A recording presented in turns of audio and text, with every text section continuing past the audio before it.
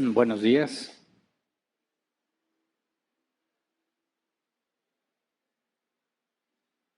Antes de iniciar voy a darles un aviso, lo voy a dar al principio y lo voy a dar al final. Hay un dicho que dice que no hay fecha que no se llegue ni plazo que no se cumpla, ¿verdad? El próximo 14 de julio es la fecha límite para liquidar lo del campamento.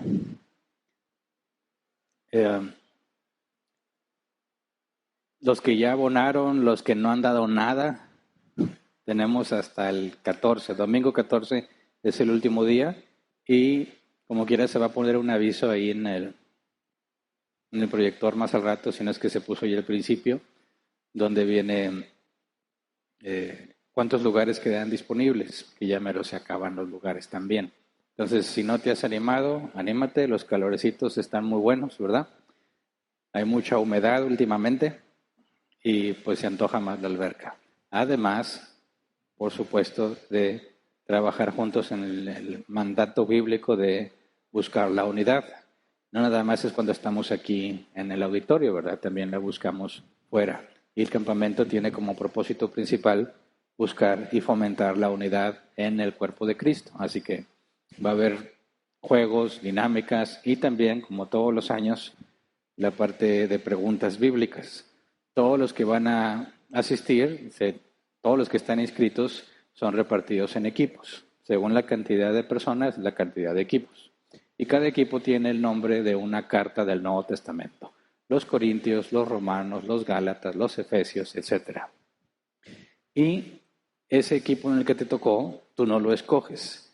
Los organizadores distribuyen la carga por edad, es decir, buscan que todos los equipos tengan prácticamente, no se va a poder exactamente, ¿verdad?, pero tengan balanceada las edades de sus integrantes, para que en las actividades pues no haya un grupo de puros jóvenes, uno de puros niños y uno de puros viejos, puras mujeres o puros hombres, porque entonces ya no tenemos una competencia justa. Gracias. Y no es el propósito meramente competir, ¿verdad?, sino la sana competencia. Y alguien preguntó que consideraba, ya había dicho que consideraba que no era correcto o algo así, que de dónde sacábamos en la Biblia la competencia. Bueno, tenemos la parábola de los siervos, ¿verdad?, que se les dejó talentos, les dijo negocien entre tanto que yo vuelvo. Y a quien multiplicó más se le dio más, al que multiplicó menos se le dio menos. No competimos en nosotros, ¿verdad?, pero estamos en una carrera, dijo el apóstol Pablo. Tenemos que llegar a la meta. Entonces, la sana competencia, cuando hacemos ese tipo de actividades de habilidades, de correr, de deporte, de nadar, los que sepan nadar, todo combinado a lo que le llamamos rally.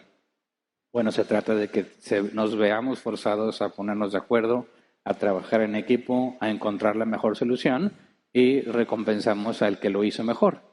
Y la recompensa, pues además es un diploma con tu nombre, ¿verdad?, donde viene el equipo que ganó, los integrantes, se les reconoce como los campeones del campamento 2024.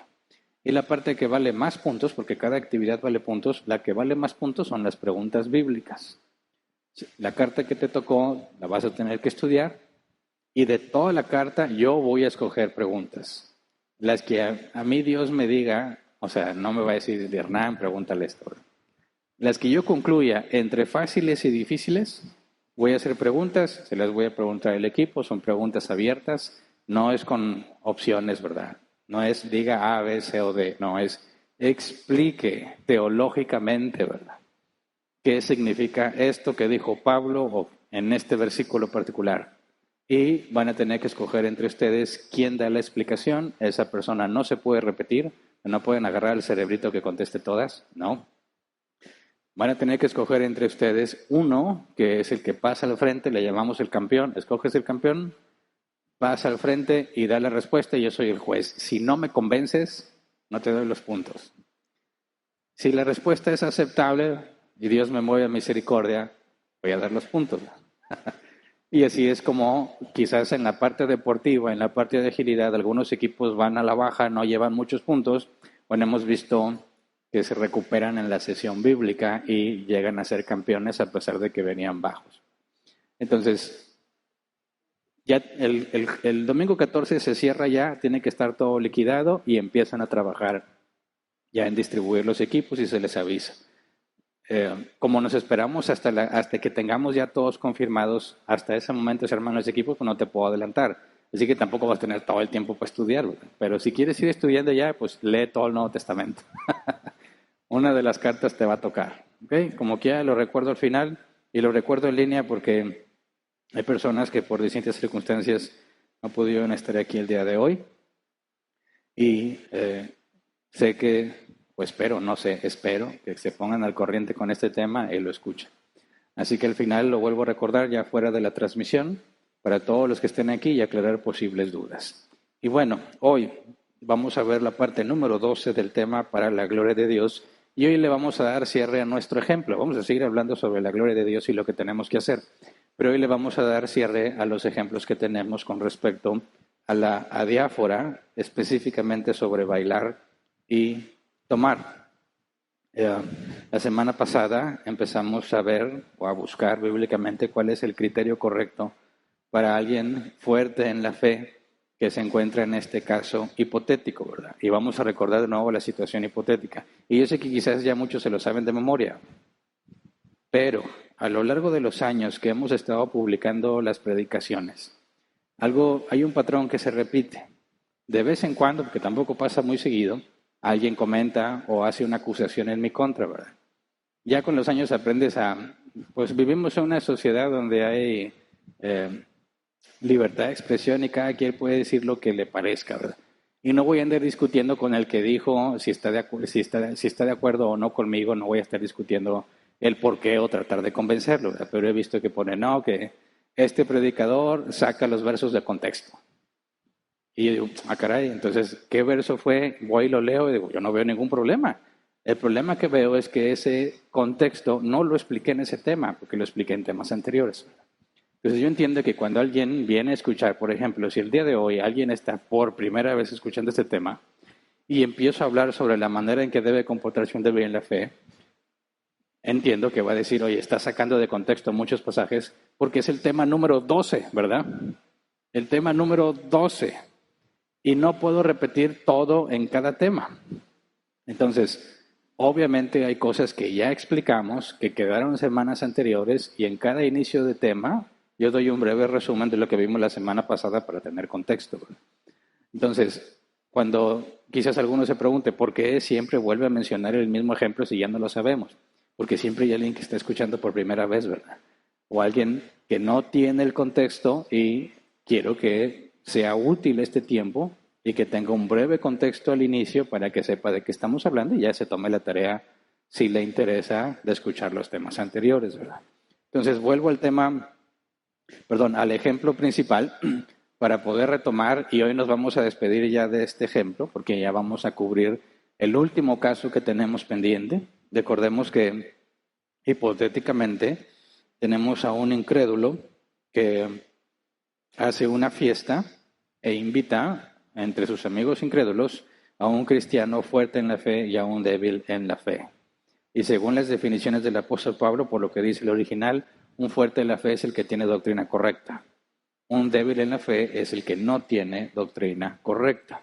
Es una fiesta que no tiene como propósito la inmoralidad ni el desenfreno. No es una fiesta para bailar reggaetón, no es una fiesta para embriagarse. Las canciones no son inmorales y el ambiente no es de borrachera. De lo contrario, ningún cristiano debería estar ahí, por lo que ya vimos que el apóstol Pablo enseña en Corintios, ¿verdad? Ahora, los dos fueron invitados, los dos ya están en la fiesta, llega la hora de la música y de ofrecer las bebidas. El fuerte en la fe tiene ganas de bailar y empieza la música, tiene mucho calor y las cervezas están bien heladas. El débil en la fe, que no tiene doctrina correcta, considera que bailar música secular es pecado y que beber cerveza es pecado. Vimos en nuestro ejemplo que ni el fuerte ni el débil conocen a todos los invitados. Y aclaramos de nuevo, bailar, música secular y beber alcohol son temas de adiáfora. La Biblia no ordena ni prohíbe bailar o beber alcohol. Y ya hay un tema donde vimos los ejemplos bíblicos de personas bailando sin que pequen y de bebiendo bebidas fermentadas, alcohol, sin ser pecado. Y el propio Dios dice, como profecía, que cuando estemos en su reino, Él mismo proveerá de vinos añejos y delicados para su banquete. Así que de ninguna manera podemos concluir bíblicamente que bailar y beber alcohol son pecado. Por eso son tema de adiáfora. Y recordemos el mandato, 1 Corintios 10, 31 al 33. Esta es la base de los 12 temas que llevamos y seguirá siendo la base. Dice, en conclusión, ya sea que coman o beban o hagan cualquier otra cosa, háganlo todo para la gloria de Dios. No hagan tropezar a nadie, ni a judíos, ni a los que no son judíos, ni a la iglesia de Dios. Hagan como yo, que procuro agradar a todos en todo. No busco mis propios intereses, sino los de los demás para que sean salvos. Entonces, teniendo ese escenario hipotético, la pregunta es cómo pueden ambos cristianos glorificar a Dios. Y la semana pasada vimos cómo el fuerte en la fe puede glorificar a Dios en esa situación. Y dijimos, hay 3 escenarios. Número 1, el fuerte en la fe sabe con toda certeza que al menos uno de los presentes tropieza si lo ve bailando o bebiendo alcohol. Primera situación, está seguro que al menos hay uno. ¿Cuál es el camino a seguir ahí? El mandato es muy claro, no hagas tropezar a nadie. Por lo tanto, el fuerte se va a abstener de bailar y se va a abstener de beber alcohol. Oye, pero bailar y beber alcohol no son pecado. Estoy totalmente de acuerdo.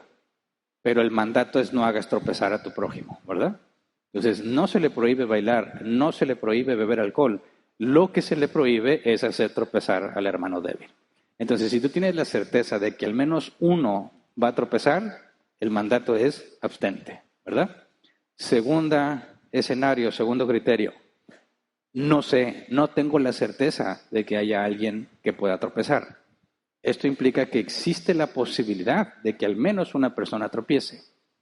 ¿Qué es lo que deberías hacer para glorificar a Dios? Dijimos, el camino más seguro para glorificar a Dios es abstenerse de bailar y abstenerse del alcohol.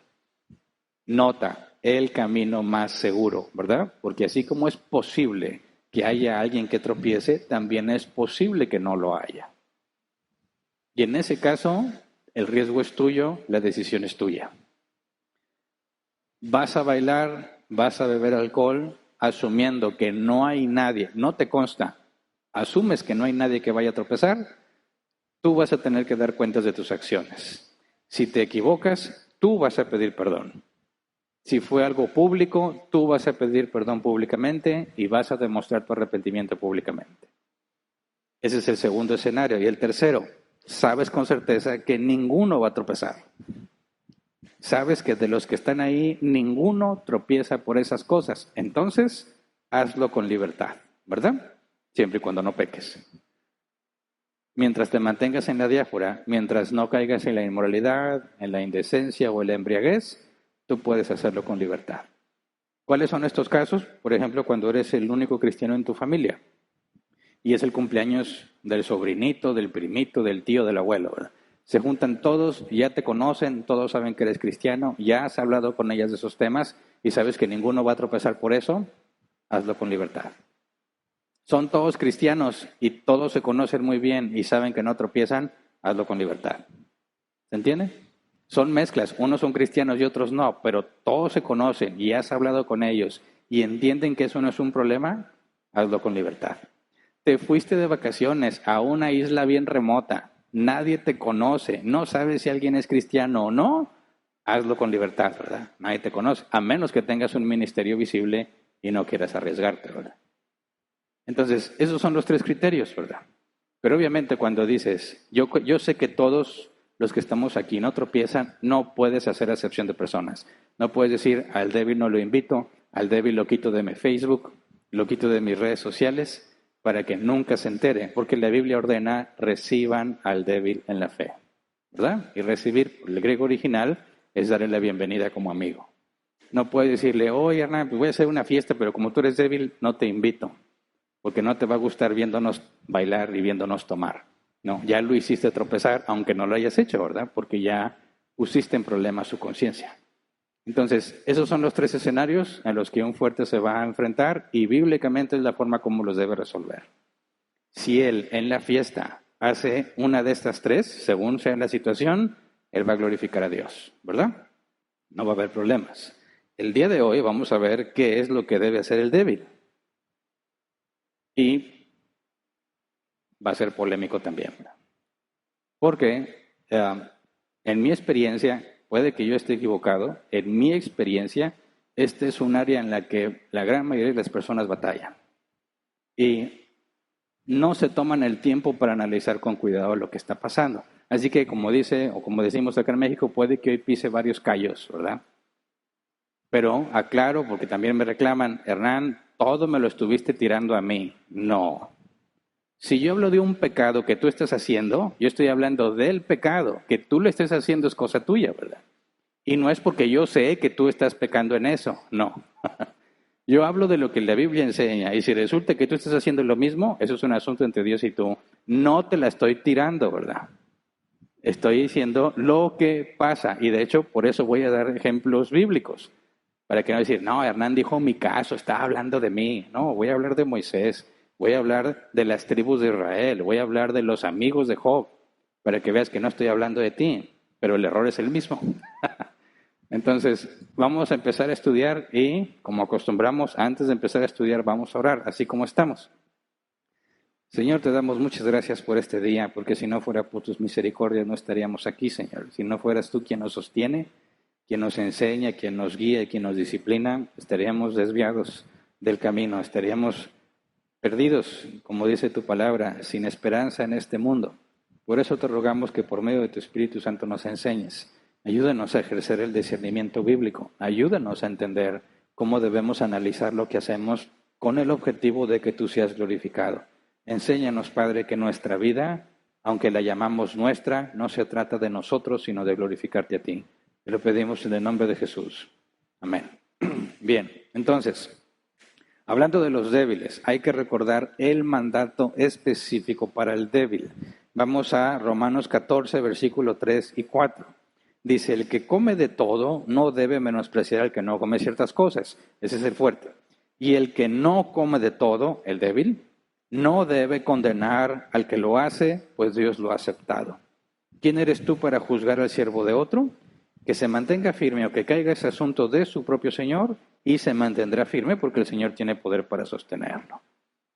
Entonces, específicamente dice, el que no come de todo no debe condenar al que lo hace. Y ya analizamos esa palabra en griego. Juzgar, decidir, diccionario Helps. Llegar a una conclusión emitiendo un juicio, ya sea positivo o negativo. Entonces, cuando aquí dice que no debes condenar, está hablando en sentido negativo. No debes emitir un juicio en el que consideras que tu hermano es culpable.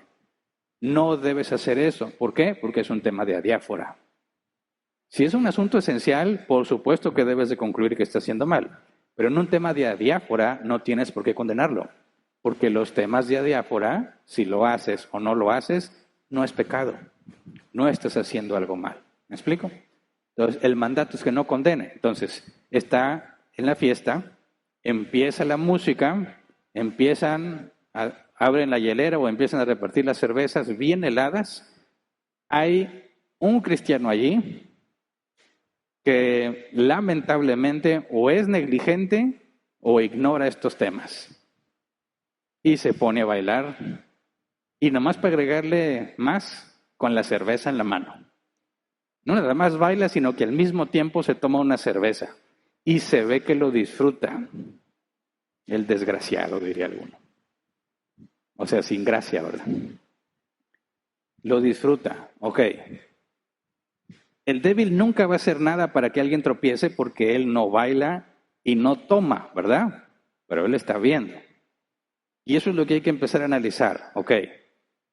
Cuando ve que alguien está bailando, ¿qué va a pasar? ¿Qué va a pasar aquí en su mente? Imagínate, trata de ponerte en esa situación. Está la música de las que son bailables, de las que incluso esos débiles en la fe batallan para no estar moviendo el pie.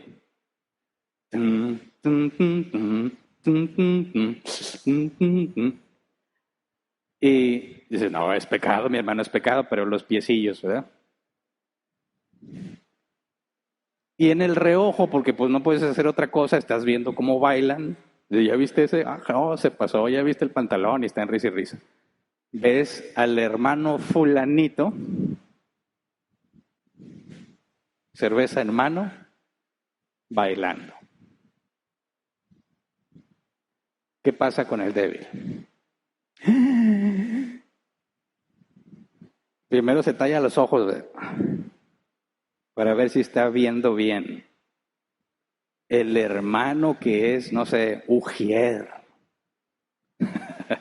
que tiene el ministerio con los niños, no sé, piensa en algún ministerio, está en la pista con una cerveza en la mano.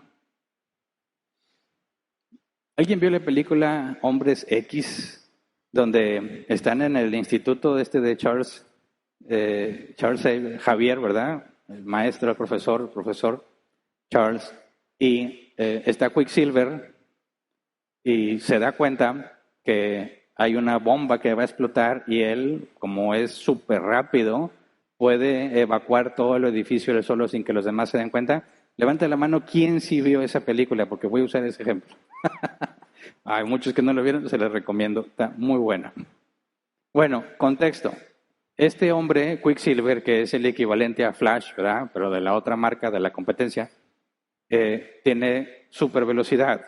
Entonces, él se acerca al instituto y él se da cuenta que algo está empezando a explotar y va a destruir todo el instituto y a todos los que están ahí.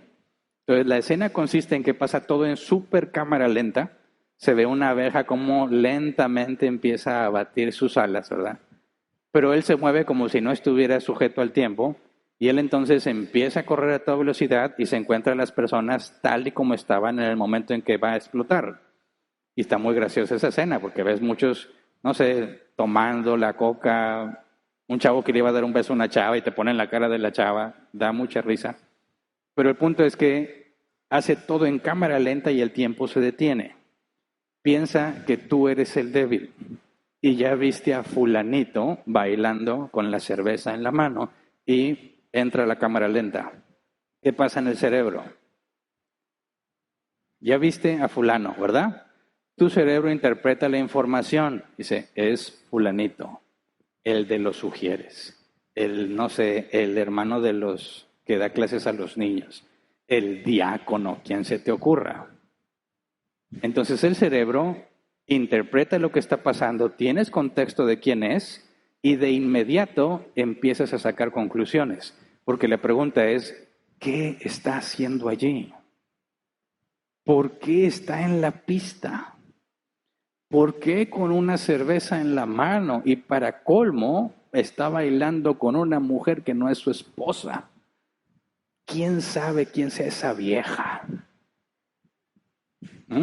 ¿Qué va a pasar con el cerebro? Empieza en automático a sacar conclusiones y ahí es donde hay que hacer la pausa. Porque esa es la parte más conflictiva en la mente del hermano débil. Lo digo porque yo fui muchos años un hermano débil. Ese es el principal punto de problema. Ahí es donde te desvías. Ahí es donde una decisión te lleva a pecar o a glorificar a Dios. Es un instante en el que sucede. Y si tú no estás preparado, te equivocas. Porque la gran mayoría de los débiles, cuando ellos ya acabaron ese proceso en su cerebro, en automático le dicen, ¿ya viste quién está en la pista? A los que están con él en la mesa, ¿verdad? Y ahí se comete el segundo error, que es pecado a la luz de la Escritura. Pero vamos a enfocarnos primero en el primer error, en lo que pasa con tu mente, porque el débil, el mandato es no condenes al que sí lo hace, ¿verdad? Y para condenar implica que hiciste un juicio en tu mente y llegaste a la conclusión de que está haciendo algo mal. El punto es que es un tema de adiáfora, no está mal. Pero el débil que piensa que eso es pecado, en su mente concluye que el hermanito fulanito pecó.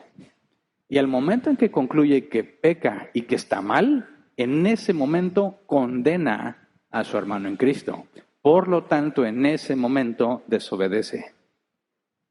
Y lo irónico es, al ser un tema de adiáfora, el que está ahí en la pista, que por ignorancia no sabe o no le importó que está ahí, bailar y tomar no es pecado, pero tú ya lo condenaste en tu mente. Entonces no peca el que está ahí, peca el que lo condenó en su mente por el mandato, que no condenes al que sí lo hace. ¿Se entiende? Ahora, vamos al caso de Moisés para entender el problema.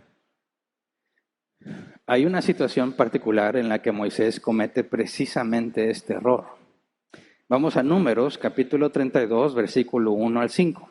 Dice, las tribus de Rubén y Gad, que tenían mucho ganado, se dieron cuenta de que las tierras de Jazer y Galaad eran apropiadas para la ganadería. Así que fueron a decirle a Moisés, al sacerdote Eleazar y a los jefes de la comunidad, las tierras de Atarot, Dibón, Jazer, Nimrah, Hesbón, Elalé, Sebán, Nebo y Beón, las conquistó el Señor para el pueblo de Israel y son apropiadas para la ganadería de tus siervos. Si nos hemos ganado tu favor, permítenos tomar estas tierras como heredad, no nos hagas cruzar el Jordán. Contexto. Dios liberó a los israelitas de Egipto para que fueran a la tierra prometida, ¿verdad? En el camino, los primeros meses se rebelaron contra Dios y Dios les dice, ok, ya no van a entrar. Toda esta generación que se negó a entrar morirá en el desierto. Sus hijos sí entrarán. Okay. En este punto en el que estamos leyendo, se nos narra lo que pasó después de esos 40 años. Prácticamente toda esa generación ya se murió, excepto, si no me equivoco, aquí nomás falta Moisés, ¿verdad? Porque Moisés tampoco entró en la tierra prometida. Entonces, después de 40 años de estar en el desierto, llega el punto en que Dios les dice, otra vez, vayan a la tierra prometida. Vayan y expulsen a los moradores de la tierra. Y había una regla simple. Tú vas a llegar a ese lugar y les vas a decir, Dios nos ha entregado esta tierra, ustedes deben de salir. Si la gente se retira en paz, así sea. Habrá paz para todos. Si se oponen, entonces haz la guerra contra ellos. Y mata hasta el último que quede ahí oponiéndose a lo que Dios ha ordenado. ¿Ok? Llega el momento en que van a entrar a la tierra prometida, van a tener que pelear. La tierra prometida está cruzando el Jordán. ¿Y cuál es la fabulosa idea que tienen los rubenitas y gaditas? Dicen, antes de cruzar el Jordán echan un vistazo, dicen, oye, esta tierra está especial para los que tienen muchos animales, los que se dedican a la ganadería. ¿Y quiénes tenían muchos animales? La tribu de Rubén y la tribu de Gad. Y dicen, bueno, ¿para qué cruzamos nosotros el Jordán? Porque Dios iba a repartir la tierra que estaba allá. Dijo, no queremos esa tierra, queremos esta. Esta está excelente para nosotros. Así que le dicen a Moisés y al sacerdote, sumo sacerdote Eleazar, oye, ¿cómo ves? Si nos quedamos aquí, no nos hagas cruzar el Jordán. Moisés escucha y tiene que llegar a una conclusión, ¿verdad? Moisés escucha lo que le están diciendo, procesa la información y emite un juicio. Llega a una conclusión. Se tuvo que hacer la pregunta, ¿por qué no quieren cruzar el Jordán? ¿Por qué no quieren ir allá? ¿Qué se te ocurriría a ti pensar? Les dices a todos, vámonos. Bueno, una vez nos pasó algo muy similar. Ya hace muchos años hicimos bautizos en un río. Y no es cualquier río, fuimos a las adjuntas, rumbo a Matacanes, ¿verdad? Y pues éramos muchos en la iglesia y queríamos estar todos ahí en los bautizos, porque te ibas a bautizar con agua corriente, tal como en los tiempos de Jesús se bautizaban, en agua corriente. No era una pila, no era una alberca, era un río, ¿verdad? Entonces decíamos, qué padre, vamos a acercarnos mucho al modelo que se usaba cuando los tiempos de Jesús. Obviamente no es el mismo río, pero es un río. Entonces, ya que estamos ahí, pues hacemos una convivencia, ¿no? Carnita asada y los sándwiches, entonces que sean los bautizos y luego convivimos. Bueno, ahí nos pusimos en los pies de los israelitas en el Éxodo. Porque cuando llegamos allá a las adjuntas, donde pueden pasar los carros, bueno, el agua no está profunda, sino hasta como unos 40 minutos caminando cerro arriba, montaña arriba, ¿verdad? Y no es un camino ahí listo para que la gente pase, ¿verdad? Vas en la orilla del río. Y a veces puedes continuar en la orilla del río si no tienes que subir un poco el nivel, ir por arriba y luego bajar. Ahora, échale los niños, las pañaleras, las carriolas, las hieleras, las mesas, las sillas. Cada familia era como una tribu donde llevaba todos sus tiliches. Había gente en silla de ruedas que como quiera lo estaban llevando. Bueno, cuando dijimos, porque yo era el que conocía el lugar, hasta allá donde se ve que da vuelta el río, arriba de la montaña, para allá vamos. Bueno, ¿qué crees que empezó a pasar en el camino? Surgieron algunos rubenitas y gaditas. Y dijeron, ¿pero para qué seguimos hasta allá? Aquí está bonito. ¿Por qué no nos quedamos aquí? El propósito era llegar allá. Y vamos a batallarle, sí, pero el lugar está muy bonito. Moisés le dice a los israelitas, Dios dijo que ya vayamos a la tierra prometida, ya vamos a ir a pelear. Ellos están cruzando el Jordán, ¿ok? Llegan rubenitas y gaditas y le dicen, nosotros no queremos cruzar, nos queremos quedar aquí. ¿Cuál sería tu conclusión? ¿Por qué están haciendo eso? ¿Qué pensarías? ¿Por qué los rubenitas y gaditas no quieren cruzar el Jordán? Sean honestos. ¿Quién diría, no, pues sí, convenientemente no quieren ir a pelear? Sí, pues ¿para qué pelear? Nosotros nos quedamos aquí, ustedes vayan y peleen si quieren. ¿Verdad? ¿Quién pensaría eso honestamente? Levante la mano. No se hagan que Dios lo sabe. Es lo más normal, ¿no? Es lo más lógico. ¿Ok? Yo sé que sí hay, como dicen algunos, de que hay unicornios que son especiales y únicos, ¿verdad? Y nunca piensan mal. Pero la gran mayoría de las personas dicen, no quieres cruzar el Jordán porque quieres evitarte todo ese disturbio, todo ese proceso de conquistar la tierra prometida. Entonces, ¿cuál es la conclusión de Moisés? Vamos a leer Números 32, versículos 6 al 15. Entonces Moisés dijo a los rubenitas y a los gaditas, ¿les parece justo que sus hermanos vayan al combate mientras ustedes se quedan aquí sentados? Los israelitas se han propuesto conquistar la tierra que el Señor les ha dado. ¿No se dan cuenta de que esto los desanimaría? Esto mismo hicieron los padres de ustedes cuando yo los envié a explorar la tierra de Cades Barnea. Fueron a inspeccionar la tierra en el valle de Escol y cuando volvieron desanimaron a los israelitas para que no entraran en la tierra que el Señor les había dado. Ese día el Señor se encendió en ira y juró, por no haberme seguido de todo corazón, ninguno de los mayores de 20 años que salieron de Egipto verá la tierra que juré dar a Abraham, Isaac y Jacob. Ninguno de ellos la verá, con la sola excepción de Caleb, hijo de Jefone, el Kenisita y Josué, hijo de Nun, los cuales me siguieron a mí, al Señor, de todo corazón. El Señor se encendió en ira contra Israel y los hizo vagar por el desierto 40 años, hasta que murió toda la generación que había pecado.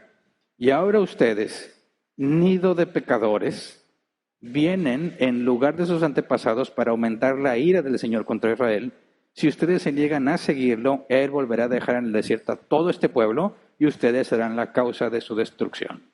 ¿Cuál fue la conclusión de Moisés? Lo podemos deducir, ¿no? Dijo que son unos flojos, porque les dijo, ¿quieren que todos vayamos a pelear mientras ustedes se queden aquí sentados? Además de flojos oportunistas, ¿verdad? Porque aprovechando la oportunidad se quieren librar de la guerra.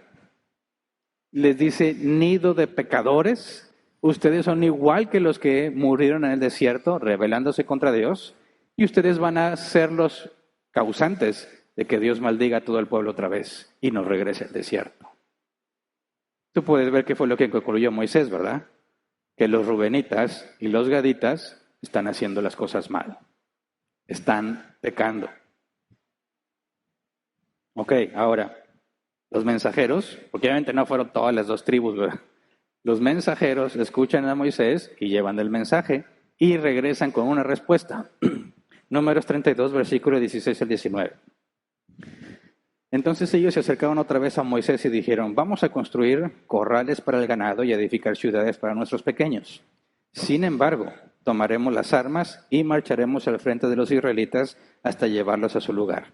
Mientras tanto, nuestros pequeños vivirán en ciudades fortificadas que los protejan de los habitantes del país. No volveremos a nuestras casas hasta que cada uno de los israelitas haya recibido su heredad. Nosotros no queremos compartir con ellos ninguna heredad al otro lado del Jordán, porque nuestra heredad está aquí, en el lado oriental del río. Ok, fíjate, cambian ahora las cosas, ¿verdad? Primero dicen, nos vamos a quedar aquí, ¿verdad? nos vamos a quedar aquí, pero los hombres vamos a ir a la guerra con ustedes. Y no vamos a regresar a nuestra casa hasta que hayamos acabado y todas las tribus tengan su tierra. Eso iba a tomar años. Estaban dispuestos a ir a la guerra con ellos todo el tiempo que fuera necesario, porque eso es lo que Dios había mandado. Todos los hombres de cierta edad para arriba estaban obligados a ir a la guerra. Ellos dijeron, aquí se quedan los que no van a la guerra. Aquí les fortificamos murallas para que ellos se queden aquí y estén protegidos. Nosotros vamos con ustedes. Por lo tanto, la conclusión a la que había llegado Moisés era correcta o incorrecta. Incorrecta. Moisés los acusó de flojos, oportunistas, nido de pecadores, responsables de la posible destrucción de Israel. Y ellos en ningún momento estaban tratando de rebelarse contra Dios o evitarse la guerra. Nosotros no queremos la tierra que está allá, queremos la tierra que está aquí, pero vamos a ir a pelear y cumplir con lo que Dios dijo. Por lo tanto, ¿qué fue lo que hizo Moisés? Los condenó injustamente, sin entender realmente lo que los rubenitas y gaditas querían hacer. De hecho, ni les preguntó. Moisés llegó a la conclusión en su mente de que estaban haciendo las cosas mal, cuando los rubenitas y los gaditas no tenían esa intención. ¿Puedes ver el problema?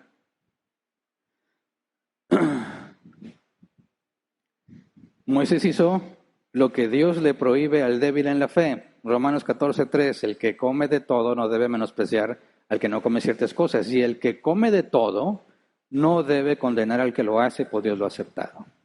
El débil no debe condenar al fuerte que lo hace. Moisés no debió condenar a los gaditas y a los rubenitas porque no estaban haciendo nada malo. Es el mismo error, el mismo error. Respuesta de Moisés, Números 32, 20 al 23. Moisés contestó, si están dispuestos a hacerlo así, delante del Señor tomen las armas y marchen al combate. Crucen con sus armas el Jordán y con la ayuda del Señor luchan hasta que Él haya quitado del camino a sus enemigos. Cuando a su paso el Señor haya sometido la tierra, entonces podrán ustedes regresar a casa, pues habrán cumplido con su deber hacia el Señor y hacia Israel, y con la aprobación del Señor, esta tierra será de ustedes. Pero si se niegan, estarán pecando contra el Señor y pueden estar seguros de que no escaparán de su pecado. ¿Qué es lo que dice Moisés? Ya que me explicas, está bien, no hay ningún problema. Están cumpliendo con lo que Dios dice. Pero si no lo haces, pecas. Ándale, Moisés, así. Pero Moisés se anticipó. Y sin el interés de entender, órale, son unos flojos, oportunistas, nido de pecadores. Ese es el problema del hermano débil. Algo que están haciendo que no es malo, tú lo condenas como si fuera malo. Como si esa fuese la intención de ellos. Ellos quieren pecar, le dan gusto a su carnota. Y se ofenden. Nunca imaginé que fulanito caería tan bajo. Ahora, estos mismos rubenitas y gaditas, les vuelven a hacer lo mismo. Pero esta vez es el sacerdote Finés. Vamos a Josué 22, 1 al 4. Pasa el tiempo, acabaron con la conquista. Obviamente quedaron remanentes que la Biblia dice específicamente que Dios los dejó ahí para que los israelitas no se les olvidara pelear. Pero ya reparten las tierras y llega el momento en que Josué, sucesor de Moisés, porque Moisés no entró a la tierra prometida, Josué les dice, ya cumplieron, váyanse a su casa. Vamos a Josué 22, versículo 1 al 4. Dice, luego Josué convocó a las tribus de Rubén y Gad, también de la media tribu de Manasés, porque también a ellos se les pegó en la misma idea. Dice, y dijo, ustedes han cumplido todas las órdenes que dio Moisés, siervo del Señor. Además han obedecido en todo lo que he ordenado. Durante todo el tiempo que ha pasado, hasta este mismo día, ustedes no han abandonado a sus hermanos israelitas. Pausa. O sea, demostraron que no tenían ningún interés de hacer nada malo y los hechos lo comprueban, ¿verdad? Se mantuvieron fieles todo ese proceso. Lo que confirma lo que le habían dicho a Moisés. Dice, más bien han cumplido todos los mandamientos del Señor y ahora que el Señor su Dios ha cumplido lo que prometió y les ha dado paz a sus hermanos, regresen ustedes a sus hogares y a sus tierras que Moisés, siervo del Señor, les entregó al lado oriental del río Jordán. O sea, acabaste, cumpliste, demostraste que desde el principio tus intereses eran correctos, váyanse a su casa. ¡Qué felicidad! Años de estar ahí en la guerra, sobrevives y ahora te regresas a tu casa. Luego, Josué 22, 9 al 10. Dice, entonces los de la tribu de Rubén, de Gad y la media tribu de Manasés salieron de Silo en Canaán, donde estaban congregados todos los israelitas, y regresaron a Galad, el territorio que habían adquirido conforme a la orden que el Señor había dado por medio de Moisés. Cuando llegaron a Gelilot, a orillas del río Jordán, todavía en territorio cananeo, los rubenitas, los gaditas y la media tribu de Manasés construyeron un enorme altar. Contexto. El tabernáculo de reunión ya existe, ¿verdad? Hay un altar ahí y Dios ordena, no puede haber otros altares. Solo puede haber un altar, el del tabernáculo de reunión. Ok. Gaditas, rubenitas y media tribu de Manasés que no estaba al principio, se van y ¿qué se les ocurre hacer? Un altar, ¿verdad? Estaba prohibido hacer altares. ¿Qué le pasa a esta gente, verdad? ¿Qué es lo que está pasando aquí? ¿Qué concluyeron las otras tribus? Dice Josué 22, 11 al 20. Los demás israelitas se enteraron de que habían construido un altar frente a la tierra de Canaán a orillas del Jordán en pleno territorio israelita. Entonces, toda la asamblea se reunió en Silo con la intención de combatir contra las 2 tribus y media. Por tanto, los israelitas enviaron a Finés, hijo del sacerdote Eleazar, a la región de Galaad para hablar con los de la tribu de Rubén, de Gad y la media tribu de Manasés. Con él iban 10 representantes de cada una de las tribus de Israel, jefes de clanes y tribus. Al llegar a Galaad, dijeron a los de las 2 tribus y media, toda la asamblea del Señor quisiera saber por qué se han rebelado contra el Dios de Israel como lo han hecho. Pausa. Fíjate bien, el mismo procedimiento de Moisés. Envían a los delegados para preguntarles, ¿qué onda con ustedes? ¿Y cuál es la pregunta? ¿Por qué se han rebelado? Ok. ¿Qué concluyeron ya las demás tribus acerca del altar? Rebelión contra Dios. Están pecando contra el Señor. ¿Y cuál era el propósito? Ir y pelear con las 2 tribus y media. ¿Estaban preparados para hacer la guerra contra esas 2 tribus y media? Porque concluyeron que se habían rebelado contra el Señor, ¿verdad? Sigamos leyendo. Versículo 17. ¿Acaso no hemos aprendido ninguna lección del pecado de Peor, del cual todavía no nos hemos purificado? ¿Nada nos ha enseñado la desgracia que ha caído sobre tantos miembros del pueblo del Señor? ¿Por qué insisten en darle la espalda al Señor? Si hoy se rebelan contra Él, mañana su ira se descargará sobre todo Israel. Si la tierra que ustedes poseen es impura, cruzan a esta tierra que pertenece al Señor, en la cual se encuentra su santuario. Vengan, habiten entre nosotros. Pero por favor, no se rebelen contra Él ni contra nosotros, erigiendo otro altar, además del altar del Señor nuestro Dios. ¿No es verdad que cuando Acán, hijo de Sera, pecó al hurtar de lo que estaba destinado a la destrucción, la ira de Dios se descargó sobre toda la comunidad de Israel? Recuerden que Acán no fue el único que murió por su pecado. Así que, ¿qué conclusión llegaron? Los condenaron. Y llegan a decirles, ¿por qué no se hacen esto? Vamos a pelear contra ustedes. ¿Puedes ver el mismo problema de Moisés? No preguntaron por qué, cuál es la intención, por qué se les ocurrió hacer un altar, cuál es la parte que no entiendo porque sabes que está prohibido y como quiera lo hiciste. Esas no fueron las preguntas. La pregunta es ¿por qué te rebelas? ¿Por qué no aprendiste nada de lo que nos pasó? Ya lo condenaron. Ya están condenando a las 2 tribus y media. Respuesta de las 2 tribus y media. Josué 22, 21 al 29. Dice, los de las tribus de Rubén, Gad y la media tribu de Manasés respondieron a los líderes israelitas. El Señor, Dios de dioses, sí, el Señor Dios de dioses sabe bien que no hicimos esto por rebeldía o por infidelidad. Y que todo Israel también lo sepa. Si no es así, que no se nos perdone la vida.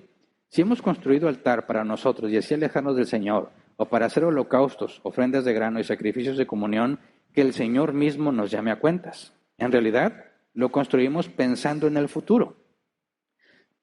Tememos que algún día los descendientes de ustedes les digan a los nuestros, el Señor Dios de Israel no tiene nada que ver con ustedes, descendientes de Rubén y de Gad. Entre ustedes y nosotros el Señor ha puesto el río Jordán como barrera. Ustedes no tienen nada que ver con el Señor. Dice, si esto sucediera, sus descendientes serían culpables de que los nuestros dejen de temer al Señor.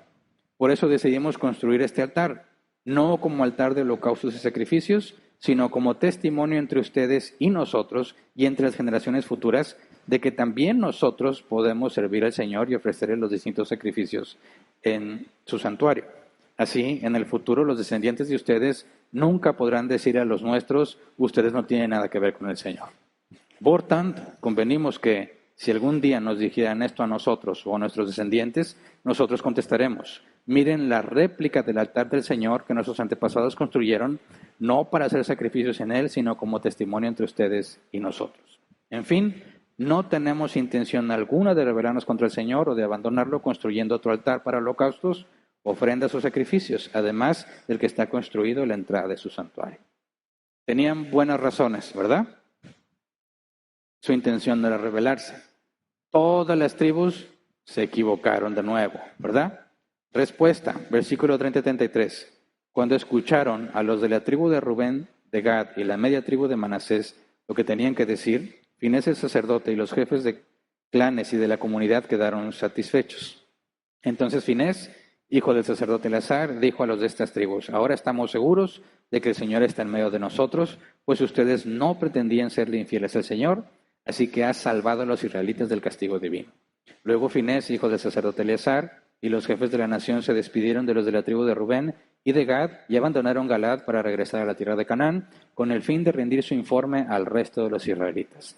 Estos recibieron el informe con agrado y alabaron a Dios, y no hablaron más de pelear con las tribus orientales ni de destruir sus tierras. ¿Puedes ver el proceso que se sigue? Condenas sin tener toda la información. Hermanos, eso lo veo muy seguido cuando me toca investigar sobre los conflictos que hay en la congregación. Casi siempre todo inicia porque alguien ya condenó a otro sin tener toda la información de lo que sucedió. Y dicen, voy a aplicar Mateo 18. Espérate, ¿cómo? Ni siquiera escuchaste la otra parte, ni siquiera entiendes toda la situación. ¿Por qué te avientas? Luego, ya concluiste y ya lo condenaste. Y eso es lo que hace normalmente el hermano débil. Tiende al legalismo. No hace lo que yo hago, está pecando. Lo mismo pasó con los amigos de Job. Lee el libro de Job. Bastantes capítulos es la discusión entre Job y sus amigos. Sus amigos iban a consolarlo, pero en lugar de consolarlo, estuvieron discutiendo con él, convenciéndole. Job, si estás mal, es porque eres un pecador. Y si estás así de mal, es porque eres un enorme pecador. Estás recibiendo lo que tus obras merecen. Y Job decía, no es cierto, esto no viene por mi pecado, yo no he hecho nada que merezca que Dios me trate así. Y ahí está, va y viene, discuten y uno presenta sus argumentos y Job se defiende capítulo tras capítulo tras capítulo hasta que en el último capítulo Dios deja en clara la situación. Job 42, 7 al 9. Dice, después de haberle dicho todo esto a Job, el Señor se dirigió a Elifaz de Temán y dijo, estoy muy enojado contigo y con tus dos amigos porque, a diferencia de mi siervo Job, lo que ustedes han hablado de mí no es verdad. O sea, todos sus argumentos Dios les está diciendo, ustedes estaban mal desde el principio. Yo no permití que Job fuera tratado así por su pecado. No era eso y están equivocados. Y dice, versículo 8, tomen ahora 7 novillos y 7 carneros. Vayan con mi siervo Job y ofrezcan un holocausto por ustedes mismos. Mi siervo Job orará por ustedes y yo atenderé a su oración y no los haré quedar en vergüenza. Conste que a diferencia de mi siervo Job, lo que ustedes han dicho de mí no es verdad. Elifaz de Temán, Bildad de Súa y Sofar de Namat fueron y cumplieron con lo que el Señor les había ordenado y el Señor atendió la oración de Job. Estos individuos, amigos, entre comillas, con el firme propósito de consolar a Job, le estaban haciendo la vida imposible con todas sus acusaciones infundadas. Y Dios mismo tuvo que ponerlos en su lugar.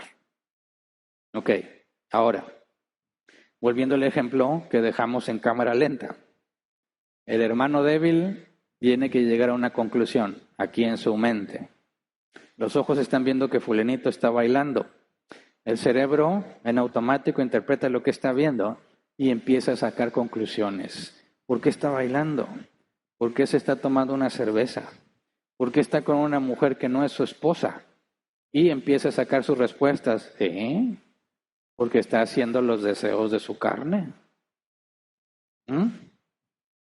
Porque es un falso cristiano. Porque es un hipócrita de doble vida. Bien dice la Biblia que hay trigo y hay cizaña. Ya llegó aquí su conclusión, ¿verdad? Fulanito está pecando.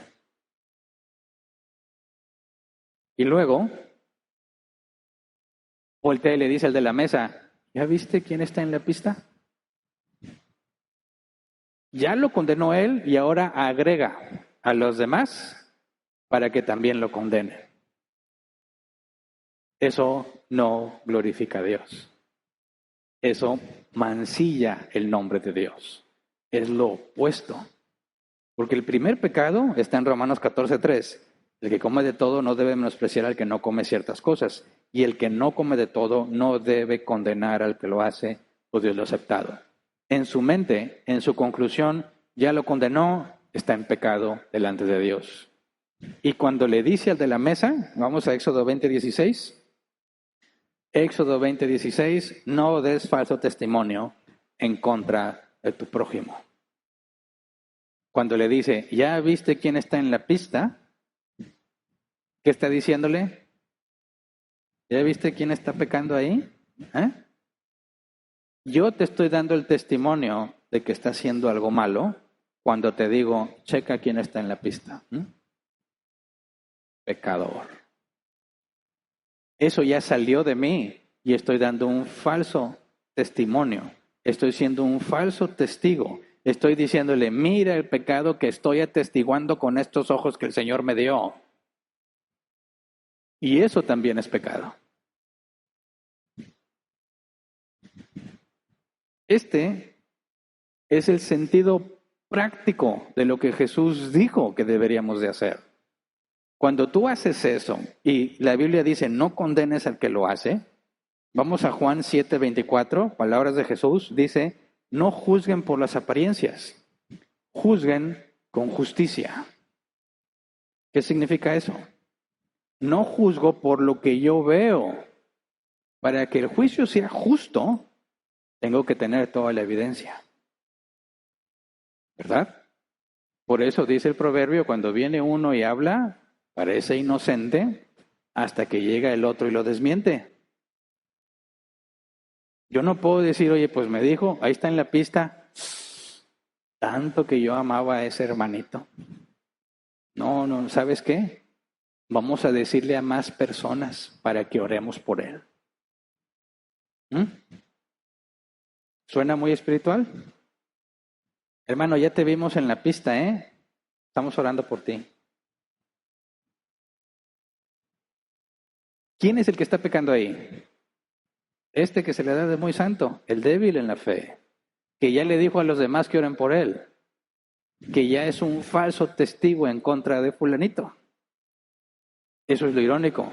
Él es el que está en rebeldía contra Dios, pero está totalmente convencido que el problema lo tiene no él, sino fulanito. Y son personas que pueden vivir en ese engaño toda su vida. Enormes sorpresas se van a llevar cuando Jesús les confronte. ¿Por qué te rebelaste contra mí? Señor, pero si el problema era fulanito. No. El problema eres tú. Te condenaste y fuiste falso testigo en contra de tu hermano en Cristo. Porque juzgaste según las apariencias. No juzgaste con justicia. De aquí se deduce, bíblicamente hablando, el concepto, el beneficio de la duda. Todo cristiano en su juicio debe aplicar el beneficio de la duda a su hermano en Cristo. Siempre. ¿Qué significa esto del beneficio de la duda? Significa que cuando tú ves o escuchas o te dicen que alguien hizo algo malo, tú no vas a condenarlo según lo que sabes, sino hasta que tengas toda la evidencia posible. No te vas a dejar guiar por lo que ves, por lo que oyes, por lo que te cuentan, sino hasta que tengas toda la información. Yo no voy a decir, sí, pues está pecando, vamos a orar por él. No, hay muchos posibles factores que lo pueden haber llevado a esa situación y hay que entender qué es lo que pasó. Hay que entender cuál es su razonamiento. Hay que entender cuál es la circunstancia, porque lo que vemos no siempre es lo que realmente está pasando. Casi siempre hay mucho más que no vemos. Y cuando tú te apresuras a condenar a alguien, primero en tu mente, condenarlo según las apariencias, tú eres el que está pecando. Y estás desobedeciendo a Jesús aquí también, porque no le das el beneficio de la duda a tu hermano. El beneficio de la duda es que mira, yo vi que hizo esto y dijo lo otro y así y asá. ¿Ok? No puedo tomar una decisión hasta que lo escuche, hasta que oiga a los testigos, hasta que entienda y investigue la situación. Y con toda la información que tenga al alcance, entonces podría decirte si estuvo bien o si estuvo mal. Por lo pronto, no lo voy a tratar como pecador. Darle el beneficio de la duda es yo voy a asumir que es inocente hasta que se demuestre lo contrario. Inocente hasta que se demuestre lo contrario. Presupongo que mi hermano en Cristo quiere servir al Señor. Y o se le olvidó, o no lo sabe, o cometió un error, pero no voy a asumir que con toda intención, para darle gusto a su carnota, se puso a bailar y a tomar con una señora que no era su esposa porque seguro ya quería con ella. Porque así son los chismes, ¿verdad? Y eso genera muchos problemas cuando hay más de una persona tratando de trabajar juntos. Somos rápidos en condenar, rapidísimo, y disfrazarlo de espiritualidad. Eso es muy grave, hermanos, muy grave. Por eso, vamos a Lucas 6, 37, 38. Con ese contexto puedes entender este pasaje que confunde a muchos. Lucas 6, 37, 38 dice, no juzguen y no se les juzgará, no condenen y no se les condenará, perdonen y se les perdonará, den y se les dará, se les echará en el regazo una medida llena, apretada, sacudida y desbordante, porque con la medida con que midan a otros, se les medirá a ustedes. Ahora, muchos dicen aquí, tú no puedes juzgar porque aquí dice no juzgues. Por favor, acabamos de leer Juan 7, 24. No juzguen por las apariencias, juzguen con justicia. Entonces, cuando Jesús dice no juzguen y no se les juzgará, tienes dos opciones. O se está contradiciendo Jesús o está hablando en un sentido diferente. ¿Se acuerdan lo que es una contradicción lógica? Decir que algo es y no es al mismo tiempo y en el mismo sentido. Si Jesús dice, no juzgues, y luego te dice, juzga, dices, oye, eso es una contradicción, ¿no? Me dice que juzgue y que no juzgue al mismo tiempo y en el mismo sentido. No, no en el mismo sentido.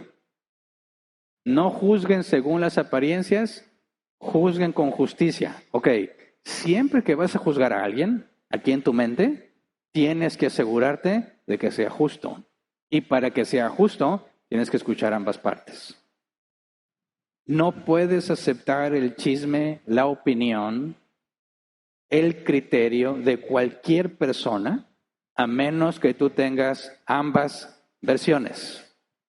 Y a veces ni siquiera las ambas versiones son suficientes porque se niegan uno al otro lo que dicen. Y entonces tienes que investigar, tienes que encontrar testigos, tienes que analizar la evidencia para poder decir con estos datos, con estos testimonios, con estas evidencias, puedo concluir esto. Eso es un mandato para todos los cristianos. Debes de juzgar. La Biblia, todo el Nuevo Testamento está lleno de juicios. Todo. Porque siempre tienes que estar discerniendo qué es bueno y qué es malo. Y para saber que algo es bueno o es malo, tienes que emitir un juicio. Todos los días juzgas. Si vas en un camión, Ves el camión que viene lleno, volteas a ver tu reloj y dices, no, me espero al otro. Acabas de juzgar algo. Acabas de emitir un juicio. Checaste la evidencia, viene muy lleno, no quiero ir batallando, no quiero ir colgado así en la puerta. Hay charcos en la calle, todavía tengo tiempo, me espero al que sigue. Usaste la evidencia y emitiste un juicio. Lo mismo pasa con las personas. Te dicen algo, viste algo, pero no tienes el contexto, no puedes llegar a una conclusión y condenar a tu hermano. ¿Se entiende? Entonces cuando dice, no juzguen y no se les juzgará, no condenen y no se les condenará, ¿de qué está hablando? Según las apariencias. Lo mismo que dijo Jesús, no juzgues según las apariencias. Y eso es muy importante, hermanos, porque es algo que empieza en tu mente. Y si en tu mente no lo controlas, lo vas a decir, lo vas a hablar y expandes el pecado. El beneficio de la duda es lo más sano que un cristiano puede hacer cuando recibe o ve información acerca de otro hermano en Cristo. Oye, es que si yo te contara lo que pasó en árbol plantado, se te cae la quijada cuando te enteres de esto y lo otro, y Hernán esto, y fulano, y mengano, y es de Satanás, es una obra del demonio. Yo digo, qué bueno que me dices para estar enterado y no escuchar esas doctrinas del demonio. ¿Quién está pecando? El que lo esparce y el que le cree. ¿Verdad? Porque no van a tener la información a menos que vengan y pregunten. Todo empieza aquí, mis hermanos. Todo empieza aquí en un instante. Por eso tienes que saber lidiar con la información. Tienes que tener la madurez para decir, sí, yo lo vi bailando y lo vi con una cerveza y con una mujer que no es su esposa. Pero no puedo sacar conclusiones hasta que hable con él. Capaz que esa señora es su hermana, es amiga de la familia, es su tía y hasta incluso puede que sea su mamá, porque a mí también me levantaron chismes hace un tiempo de mi mamá. Dicen que mi mamá no se ve de la edad que tiene, ¿verdad? Y mi mamá expresa mucho su cariño hacia mí. Entonces, alguien vio que una señora güera se me acercó con mucha confianza, abrazándome y besándome. ¡Mua, mua, mua! El pastor Hernán, y yo sé que su esposa no es güera. Y si vieras cómo se dejó que lo besuquearan. Esta señora como si lo conociera de toda su vida. Y ahí anda predicando, Hernán. Está loco ese señor. Es mi mamá. Así es mi mamá. Cuando me veas entrar, si ella me ve de donde esté, va a ir a darme un abrazo y un besote. Así es ella. Y le hace lo mismo a mis hijos. Pero imagínate que alguien viera que la güera esa viene y me abraza y me da un besote. No puedes andar por la vida así, o sea, condenando a la gente por las apariencias, por lo que tú ves, por lo que te dijeron, por lo que tú creíste. Por eso, cuando hablamos del hermano débil, tiene solo dos situaciones posibles. En el caso del fuerte vimos tres, ¿verdad? En el caso del débil solo hay dos. Número uno, el hermano débil sabe lo que es la diáfora. Si sabe y entiende lo que es la diáfora, y ve a su hermano en Cristo bailando con una cerveza y con una mujer que no es su esposa, y sabe que no puede condenar a su hermano, se va a quedar callado. Y si es algo que le afecta, va a ir a hablar con fulanito y le va a decir, oye, pura curiosidad, ¿quién era esa señora? Es mi tía, es no sé, la comadre, mi prima, lo que sea. No hay problema, está bien. Y ya, asunto arreglado. Obedeciste al Señor no condenando a tu hermano, no juzgando según las apariencias. no lo condenas porque no ha hecho nada indebido, ¿verdad? Eso es cuando entiendes que es la diáfora. Esa es la única respuesta, el único camino viable para el débil en la fe que quiere glorificar a Dios en ese evento. Está el otro caso. No entiende qué es la diáfora. Jamás ha escuchado esa palabra. Y no entiende que bailar y tomar alcohol no es pecado. Pero quiere glorificar a Dios aunque no lo entiende. Entonces no debe juzgar según las apariencias. Aunque no entienda qué es la diáfora, esa persona va a tener que ir a hablar con fulanito y decirle, ¿qué está pasando? Ayúdame a entender, porque para mí creo que estás haciendo algo indebido, pero no quiero llegar a una conclusión, quiero escucharte primero.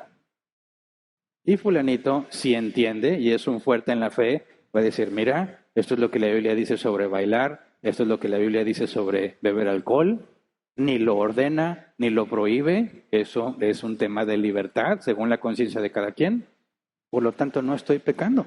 Pero si ofendí a tu conciencia, perdóname, no sabía que eso era un problema para ti. Asunto arreglado. ¿Va a glorificar el débil en la fe a Dios? ¿Lo va a glorificar en esa fiesta? Si tan solo no juzga según las apariencias. ¿Se entiende? Entonces, están los dos en la fiesta.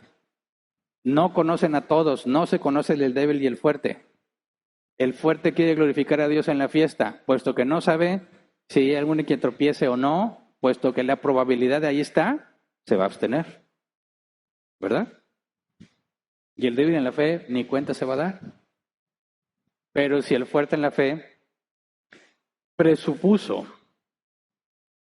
a mí se me hace que nadie tropieza, y se pone a bailar, y se pone a tomar, y el débil lo ve, y el débil dice, voy a glorificar a Dios, esto es adiáfora, no es problema. Tenemos libertad en esos temas. Asunto arreglado. El débil glorifica a Dios. Es sencillo, ¿verdad? Es muy sencillo, si entiendes. Por eso, si tú vas a una fiesta, boda, 15 años, lo que sea, cumpleaños, y ves que hay cristianos bailando, ¿es ok? Yo no bailo porque yo no quiero meterme en problemas. Sé bailar y en algún momento me dijeron que era buen bailador. Ahora no baila porque es malo, no, sí baila. Pero no me voy a arriesgar por convicción propia, por el ministerio que Dios me ha dado, no me voy a arriesgar a hacerlo en una fiesta. Si mi esposa y yo estamos en la casa y lo hemos hecho, y llega con ritmito, lo que sea, nos echamos nuestra bailada, no hay ningún problema. Estoy en mi casa con mi esposa y las ventanas no se ven nada para afuera. Si voy a una fiesta y veo que los cristianos bailan, no tengo ningún problema. ¿Se entiende por qué? Porque es adiáfora. Hay libertad para eso. Si veo que es reggaetón y ya caes en acá en la inmoral, te voy a tener que decir algo. Voy a tener que decir, a ver, fulanito, ven. Si entiendes esta parte de la Biblia, ¿verdad? De que debes de dejar esas prácticas porque no glorifican a Dios. No sabía, muchas gracias, no me había dado cuenta. Excelente, no pasa nada. Todos necesitamos aprender, todos necesitamos avanzar. Échale ganas, asunto arreglado. Dios es glorificado. ¿Cómo es Dios glorificado ahí? Mira, vamos a Romanos 15, 5 al 7. Que el Dios que infunde aliento y perseverancia les conceda vivir juntos en armonía, conforme al ejemplo de Cristo Jesús, para que con un solo corazón y a una sola voz glorifiquen a Dios y Padre de nuestro Señor Jesucristo. Por tanto, acéptense mutuamente, así como Cristo los aceptó a ustedes, por la gloria de Dios. Cuando entre cristianos vivimos en armonía, aunque tengamos opiniones diferentes en temas de adiáfora, tenemos la madurez para poder vivir sin problemas, mostrando unidad, Dios es glorificado. ¿Verdad? Pero si te pasas de la línea y ya te veo mareadón por el alcohol y la letra de las canciones que estás bailando no glorifica a Dios, te voy a confrontar. Porque te estás desviando. Ya no estás dentro de adiáfora. Ya te fuiste, ya te saliste. Ya estás en el área de pecado, de la embriaguez, de la inmoralidad y de celebrar cosas que son opuestas a lo que Dios ha establecido. Entonces tengo la responsabilidad de decirte, oye, vamos a hablar. ¿Qué es lo que pasa contigo, verdad? ¿Por qué haces lo que haces?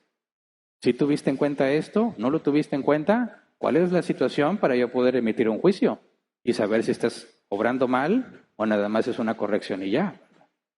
Si sabes y te vale, como dice, no me importa, yo soy libre, entonces te voy a tener que confrontar. ¿Se entiende?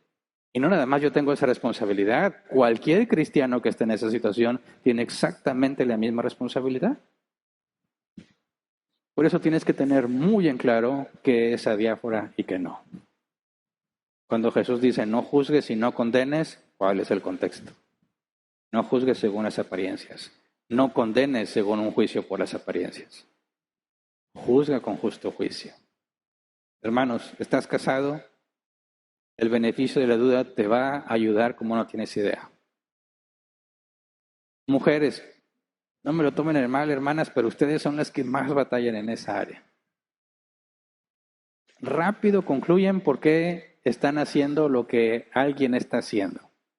Sacan sus conclusiones y ya llegan a la conclusión, empezando con sus maridos. Sí, yo sé que los hombres son muy despistados y son flojos, yo sé. ¿Cuántas veces le has dicho a tu viejo que no deje la toalla ahí? ¿Cuántas? ¿Cuántas? ¿Y qué hace el viejo? Sigue dejando la toalla ahí. Ok. Entonces, tú vas pasando y ves la toalla ahí que dices, a este señor. Dios mío, ¿por qué? Dame paciencia, Señor, con este hombre. Elimínalo de mi vida para que se vayan mis problemas. No, espérate. ¿Por qué está la toalla ahí? Quizás tiene una muy buena razón. El beneficio de la duda. Tal vez hay una buena razón en esta ocasión. Si no, entonces sí regáñale al viejo. Pero si tiene una buena razón, bueno, ¿cómo lo podemos arreglar? Porque si la toalla ahí es un problema, pero el viejo por alguna razón siempre llega a dejar la toalla ahí, lleguen a un acuerdo, pongan un toallero ahí y asunto arreglado. ¿Verdad? Pero tienes que entender por qué. ¿Qué te lleva a hacer eso? ¿Por qué consideraste que esa era tu mejor opción? Para poder juzgar y decir, ¿estás bien o estás mal? ¿Se entiende? Entonces, vamos a acabar ya. Esta es la última vez que hablamos sobre el baile y el alcohol. Y tuvimos que profundizar mucho por la controversia que tuvimos aquí en la iglesia. No quiero que aquí nadie esté confundido. Quiero que si vas a una fiesta, ya seas débil o fuerte en la fe en ese tema, sepas exactamente cómo debes de proceder para que Dios sea glorificado.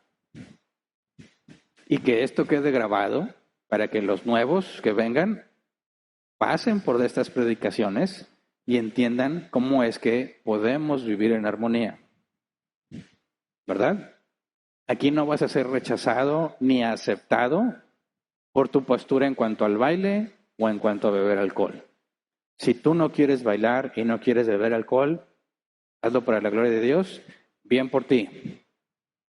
Si tú quieres bailar y beber alcohol, ok, te recuerdo el mandamiento, no hagas tropezar a tu hermano. Y podemos vivir en paz, ¿verdad? Y así hay muchos otros temas de adiáfora en las iglesias. Que si el arrebatamiento, que si la marca de la bestia, que si la gran tribulación.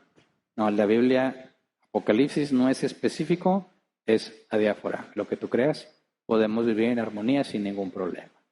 ¿Se entiende?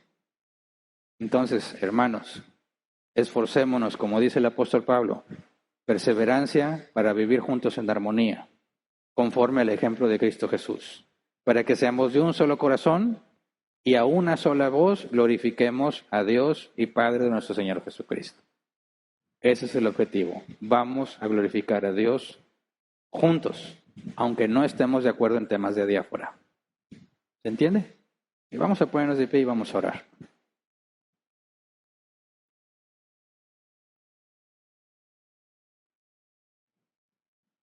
Por favor, reflexiona sobre ti mismo.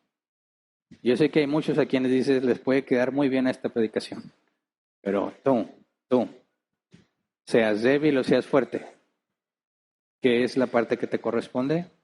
Hazla. Estate bien listo, porque ahí viene el Halloween, ahí viene Navidad, y luego Año Nuevo, y las posadas. Y todo eso le mueve ahí todo el, como dicen, agita el avispero y los cristianos empiezan a pelearse. Tienes toda la información que necesitas para glorificar a Dios, hazlo. Prepara tus convicciones, examina por qué haces lo que haces. Prepara tu defensa para cuando te pregunten y vive en paz y en armonía con todos tus hermanos. ¿Se entiende?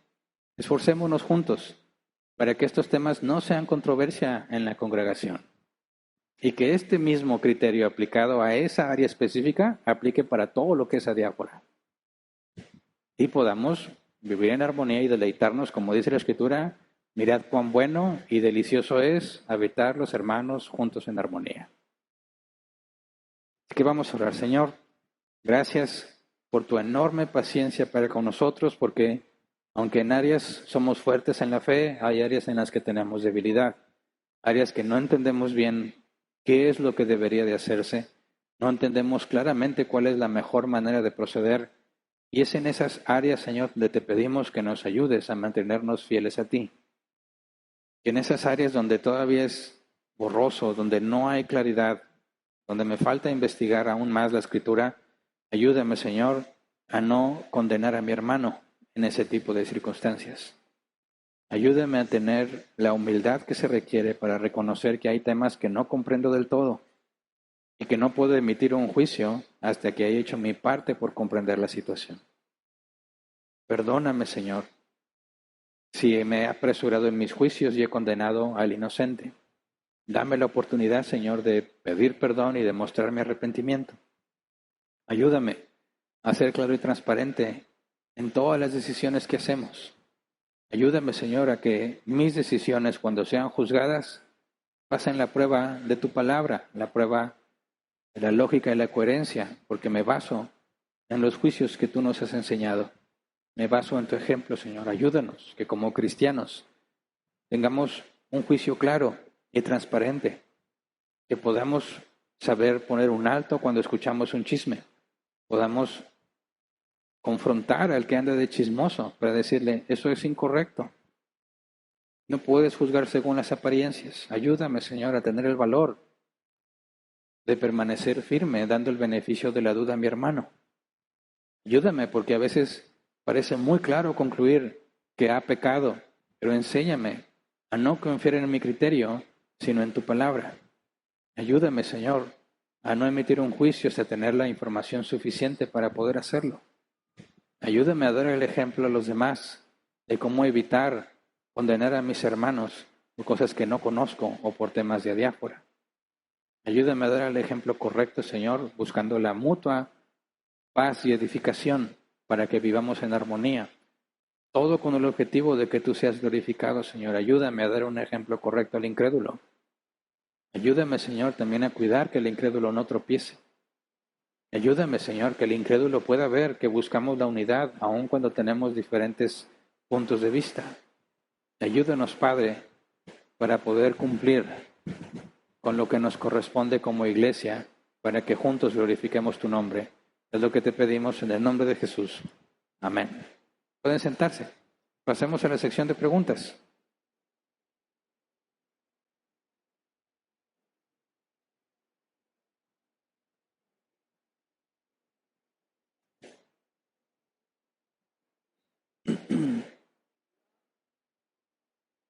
Sí, hay varias preguntas. Bien, vamos a dedicar como máximo 15 minutos a tratar de responderlas.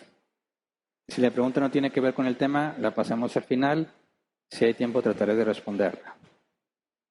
Como quiera, vamos a seguir hablando y estudiando sobre la gloria de Dios, ¿verdad? Solamente no enfocados en bailar y en beber alcohol.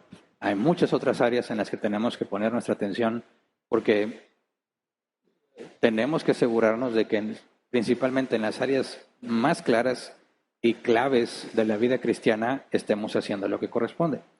Entonces, los que piensan o están haciendo preguntas con respecto a la gloria de Dios, quiero dejar en claro que no es el último tema acerca de la gloria de Dios. Leo la primera pregunta, Silvana Cáceres, pastor. Entonces, dice una pregunta, yo no estoy en adulterio ni fornico, pero lo hice antes de ser cristiana. Eso también será piedra de tropiezo para los que me conocen, porque ellos saben que lo hice, pero también saben que yo ya no lo hago, pero como lo hice, pues de ahí se agarran para que yo no diga nada porque lo hace. Mira, todo lo que haya sucedido antes de Cristo fue perdonado y no puede ser tomado en cuenta. Si no, el apóstol Pablo jamás pudiera haber sido comisionado como apóstol, ¿verdad? Las cosas viejas pasaron, dice la Escritura, he aquí todas son hechas nuevas. Nadie me puede condenar a mí por lo que haya hecho antes de Cristo, si ya no lo hago, ¿verdad? Si tengo arrepentimiento. Lo aclaro porque luego algunos toman mis palabras y las tuercen para justificarse. Y yo lo reconozco, yo antes a mí me podías encontrar tirado en la calle de borracho. Desde que Dios me hizo nacer de nuevo, jamás me ha vuelto a interesar embriagarme. Es más, ni siquiera me gusta ya ni la cerveza ni el vino, no lo tolero. Le puedo dar traguitos y ya, no me gusta. Dios me cambió y radicalmente. De manera que nadie me puede decir, Hernán, tú no me puedes decir que ser borracho es pecado, porque antes de cristiano eras un borracho. Eso no tiene sentido. El cristianismo se trata de que soy una nueva persona, ¿verdad? De que el viejo hombre murió y ahora soy un nuevo hombre. Y si mi testimonio demuestra que jamás me he vuelto a embriagar, nadie me puede decir que yo no tengo autoridad moral para decirle al borracho, no te emborraches. De hecho, aún, y no estoy diciendo que yo lo haga, pero aún si yo me emborrachara y le digo a alguien, emborracharse es pecado, la verdad no depende de quien lo dice. ¿Me explico? La verdad no depende de la persona que lo dice. Es decir, no porque un borracho me diga que emborracharse está mal, se convierte en falso lo que él dice solo porque es un borracho. Eso no tiene sentido. Pero cuando hablamos de cristianos, si yo no vivo como antes vivía, nadie me puede condenar por lo que hice antes de Cristo. Pero sí, si es de Cristo para acá, ¿verdad? Porque hay requisitos para ser anciano y requisitos para ser diácono. Y entre ellos, en los dos se menciona ser irreprensible. Y eso hay que dejarlo muy claro. Porque si alguien, siendo cristiano, fue adúltero, no puede tener el requisito de ser irreprensible. Por lo tanto, no puede desempeñarse como diácono ni como anciano por las cosas que hizo estando en Cristo. Entonces, sí, si estando en Cristo cometí adulterio, jamás podría ser anciano, jamás podría ser diácono. Porque cuando alguien me eche en cara el adulterio y yo no lo pueda negar, voy a hacer que toda la iglesia sufra cuando se enteren de eso. Y eso me va a perseguir toda la vida. Por eso no te arriesgues nunca a pecados graves. Porque quizás ahorita, en tu edad que tengas, dices, no, pues yo no tengo planes de ser diácono ni de anciano. Tú no sabes a lo que Dios te ha llamado. Debes de cuidar tu testimonio a toda costa. No tomes a la ligera esas cosas. Así que, en el caso de esta pregunta, si lo que se hizo fue antes de Cristo, las cosas viejas pasaron, he aquí todas son hechas nuevas. Nadie te puede condenar por lo que eras antes de Cristo si ahora tienes testimonio de una vida nueva. Lo único que hace eso es Satanás y los medios que Satanás usa para condenarnos por cosas que eran antes de Cristo. Siguiente. Dice, buenos días, si un débil en la fe o incluso un fuerte en la fe ha hecho lo opuesto a lo que debe de hacer respecto a lo que hemos aprendido en las últimas semanas, pero desconoce ese tema a profundidad, le cuenta igualmente como pecado, por alguna vez menospreciar al débil o condenar al fuerte, aunque al hacerlo fue antesala de comprender verdaderamente el tema. Qué bueno que lo traes al tema, lo íbamos a ver con más detalle más adelante, pero qué bueno que lo traes de una vez. Si pecamos por ignorancia, sigue siendo pecado. ¿Me explico? El hecho de que tú no sepas no te exime de responsabilidad. Y aplica, me sorprende porque hay muchos cristianos que tratan de argumentar así. Dicen, yo lo hice, pero no sabía. Ok, no sabías, pero como quiera está mal lo que hiciste, ¿verdad? Si tú, incluso nuestras leyes seculares aplican. Si tú vas en una zona escolar a 80 kilómetros por hora y te detiene el tránsito y te dice que pasó la velocidad permitida en zonas escolares de 30 kilómetros por hora y tú vienes a 80 y tú le dices, pues no sabía, ¿qué te va a decir el oficial? Pues haberlo dicho. Bueno, ándale, váyase a gusto, para la otra ya sabe. No, si no es corrupto, te va a aplicar la multa que te mereces, porque tu ignorancia no te quita la responsabilidad. De hecho, en la ley de Moisés, lee Levítico, hay sacrificios por los pecados de ignorancia. Tú, por ley, cada X tiempo tenías que presentar un sacrificio por pecados que no sabes que cometiste. Señor, sé que en todo peco, este sacrificio que traigo no es por pecado particular que vengo a confesar, es por pecado que pude haber cometido en ignorancia. Así que Dios demuestra desde la ley de Moisés que tiene que haber expiación por el pecado cometido aún si estaba en ignorancia, lo que implica que también cuenta. Entonces, si alguien lo hizo por ignorancia, tiene que pedir perdón por lo que hizo, por su ignorancia, porque todos tenemos la Biblia, ¿verdad? Nadie puede argumentar, soy ignorante y no es mi culpa. Si somos ignorantes es nuestra culpa, ¿verdad? Porque ahí está la Biblia, la deberíamos estudiar siempre. No lo hacemos, bueno, entonces la culpa es tuya. Cuando yo cometo un error por ignorancia, tengo que decir, perdóname, no fue mi intención, no lo conocía, pero eso no quita que está mal lo que hice. Pides perdón, muestras tu arrepentimiento y listo. Esa es la ventaja que tenemos en Cristo, que Él nos perdona. Siguiente, Alfredo Mireles. Buenas tardes. Hoy puso el ejemplo de su mamá y la forma en que ella le expresa cariño que ha causado confusión. Si es imposible evitar que algún hermano se escandalice por algo que hacemos, aunque no sea malo, ¿en qué situaciones sí tomamos en cuenta el débil para dejar de hacer algo? ¿Y en qué situaciones no se toma en cuenta el débil para que no gobierne en la congregación? En alguna ocasión mencionó que es imposible no afectar a otros porque de otra manera estaría encerrado en su casa para no afectar a nadie. En otras palabras, ¿cómo discernimos en qué situaciones sí dejamos de hacer algo por el débil en la fe y en qué situaciones no? Muy buena pregunta. Mira, en Árbol Plantado establecimos un criterio. Por ejemplo, hay hermanos en Cristo que consideran que la mujer con el cabello corto peca, que la mujer que usa pantalón peca, que la mujer que se maquilla peca, que la mujer que se depila las axilas o se quita el bigotillo, peca. Y muchas otras cosas. Que aquí en Árbol Plantado, no digo que aquí haya bigotones, pero no las condenamos por eso, ¿verdad? Y sabemos que alguien puede venir y acusarnos de pecado, porque aquí las mujeres sí pueden tener el cabello corto y sí pueden usar pantalón.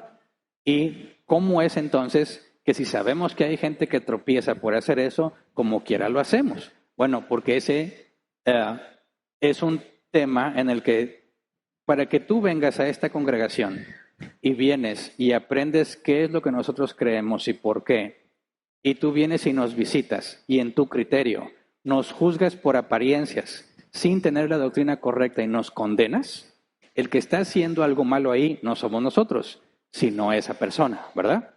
Cualquiera que venga con el criterio bíblico correcto podría preguntarnos, ¿por qué aquí las mujeres sí usan pantalón?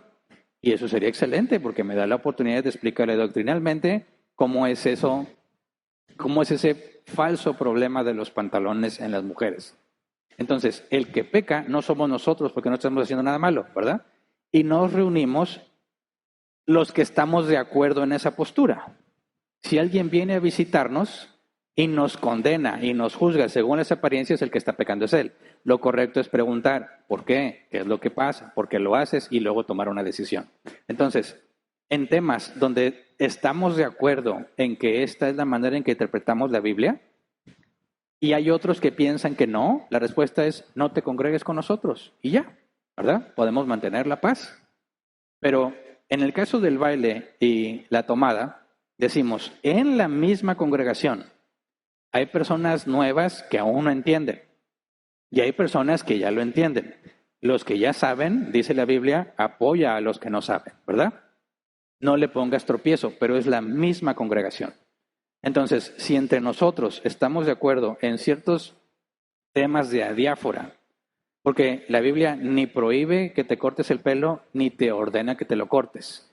Ni prohíbe que te quites el bigote, ni ordena que te lo dejes, ¿verdad? Son temas de adiáfora, pero estamos de acuerdo en que eso no nos afecta, nos congregamos juntos sin problema. No estamos de acuerdo, bueno, no puedes decir que no soy cristiano o acusarme de pecado, pero congrégate en otro lugar donde piensen igual que tú y vivan en armonía. ¿Se entiende? Entonces, nosotros como congregación, y cada congregación va a decidir qué cosas son las que en común acuerdo van a tener como base para vivir en armonía y poder decirlo anticipadamente para que cualquiera que venga y vea eso entienda cuál es la base bíblica y que no hay pecado en lo que hacemos. El problema que estamos lidiando aquí es cuando son en la misma congregación. Si estamos en la misma congregación, tenemos que cuidarnos unos a otros, ¿verdad? Entonces, si alguien nos visita así, lo que corresponde según la Biblia para el visitante es no juzgarnos según las apariencias ni condenarnos. Tendría que acercarse a preguntar. Si yo voy a una congregación donde las mujeres usan velo y llevo a mi esposa, le voy a pedir a mi esposa que use velo mientras estamos ahí. La Biblia ni ordena ni prohíbe el velo, ¿verdad? Y para mantener la unidad, va a ir con velo. Oye, Hernán, tienes que venir con cierto color de traje y cierto color de zapatos y que combine de esta manera con la corbata. No hay ningún problema, lo voy a hacer mientras esté ahí. Para mantener la unidad, porque es adiáfora. No voy a entrar en problemas ni en discusiones porque hay libertad y respeto lo que piensen en ese lugar. Esa es la manera en que yo puedo hacer la parte que me corresponde para vivir en armonía en mis hermanos, con mis hermanos a los cuales no visito constantemente ni frecuento constantemente, es una ocasión especial.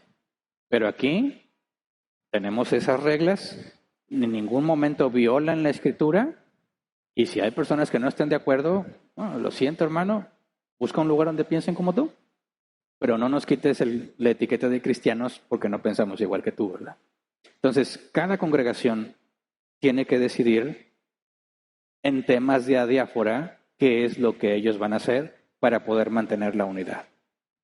Respetamos las posturas de cada congregación. Yo creo que la Biblia, para mí es evidente el congregacionalismo, es decir, que no tenemos que reportarle a una iglesia encima de nosotros o tener todas las mismas reglas. En lo esencial, unidad. En lo demás, libertad. Siguiente, Hadassah Ramírez pregunta si en la fiesta es música cristiana. Ya estoy oído que en música con sonido de reggaetón, e incluso de bandas, pero con letras de reggaetón, ¿está mal bailarlo porque la música es cristiana? Bueno, ya habíamos tocado ese tema. El problema no es la música, sino lo que haces con la música, ¿verdad? Si dicen, hay reggaetón cristiano, y hay alguien bailando reggaetón cristiano, discúlpeme la palabra, pero no sé de qué otra forma se diga, un cristiano no va a estar perreando. ¿Me explico?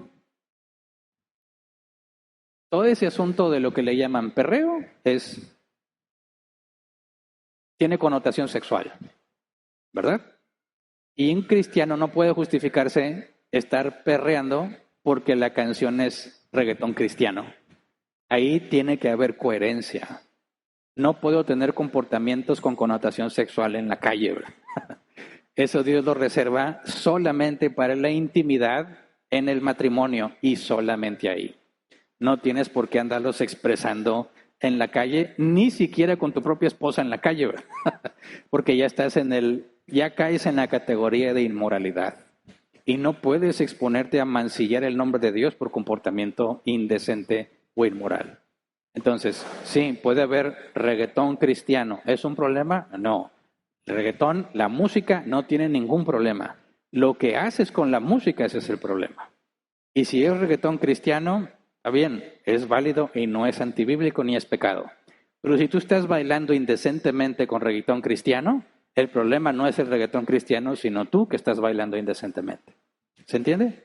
Entonces, si hay, y nunca me ha tocado verlo, pero sé que hay fiestas cristianas con música cristiana, que son cumbias, o corridos con letra cristiana, y bailan como si fuera música secular, mientras no caiga en la indecencia, mientras no peques en lo que la Biblia dice, no hay problema, hay libertad, no hagas tropezar a tu hermano nada más. Siguiente, Kimberly, buenas tardes. Cuando el esposo de una creyente es incrédulo y quiere bailar con su esposa, ¿ella debe bailar con él? Bueno, muy buena pregunta también. La Biblia dice que debemos obedecer a Dios antes que a los hombres. Entonces, la mujer que está casada con un incrédulo, su primera responsabilidad es obedecer a Dios antes que a su esposo. Entonces, yo puse el ejemplo, una familia mixta, donde hay cristianos y no cristianos, y tú sabes que ninguno tropieza. El ejemplo más clásico es puros no cristianos y uno solo cristiano, que muchas veces en nuestra cultura esa es la mujer, ¿verdad? Por alguna razón, Dios trae a las esposas y son las esposas las cristianas, muchas veces la única cristiana en su casa. Y si hace la fiesta y el viejo quiere bailar, ¿verdad?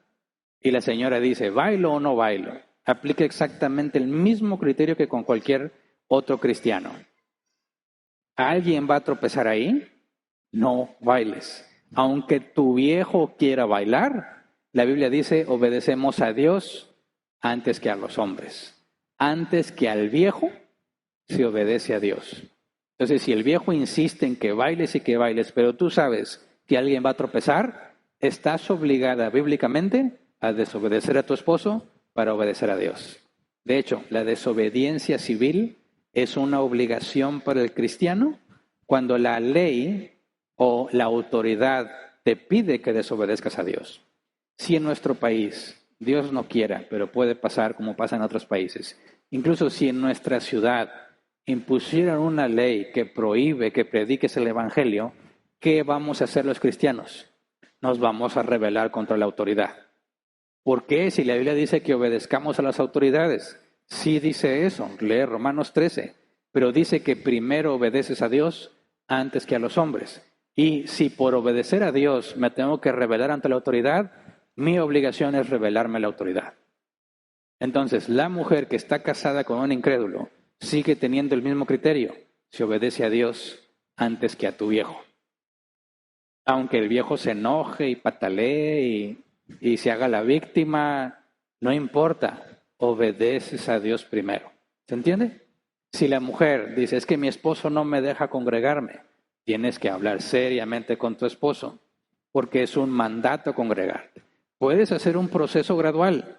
Bueno, una semana sí y una semana no, porque tu propósito, como dijo Pablo, es que por medio de ti, de tu obediencia y tu sumisión, ese hombre tal vez llegue al conocimiento de Dios. Puede que sea un proceso gradual para llegar, pero tienes que obedecer a Dios antes que a los hombres. ¿Se entiende? Se acabó el tiempo, ¿verdad? Bien. Bueno, terminamos entonces con la sesión de preguntas. Próxima semana cambiamos el tema. Sigue siendo sobre cómo glorificamos a Dios, pero sobre otra área. Y ahí todavía no me decido. Hay unas muy buenas e interesantes y no me decido cuál primero. Entonces ya Dios me mostrará esta semana por dónde empezamos, por eso no se los puedo adelantar, pero vamos a seguir estudiando sobre la gloria de Dios.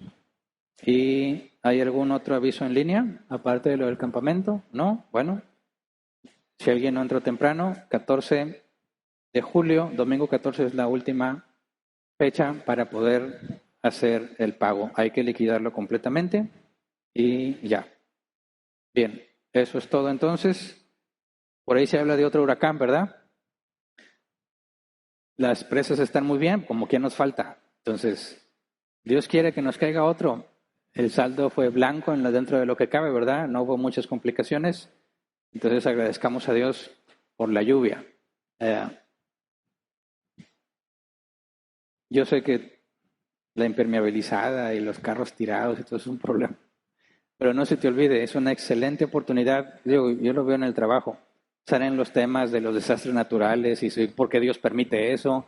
Son excelentes oportunidades de que tú puedas hablar de Dios donde estás, ¿verdad? Porque siempre la pregunta es ¿por qué Dios permite que pasen cosas malas?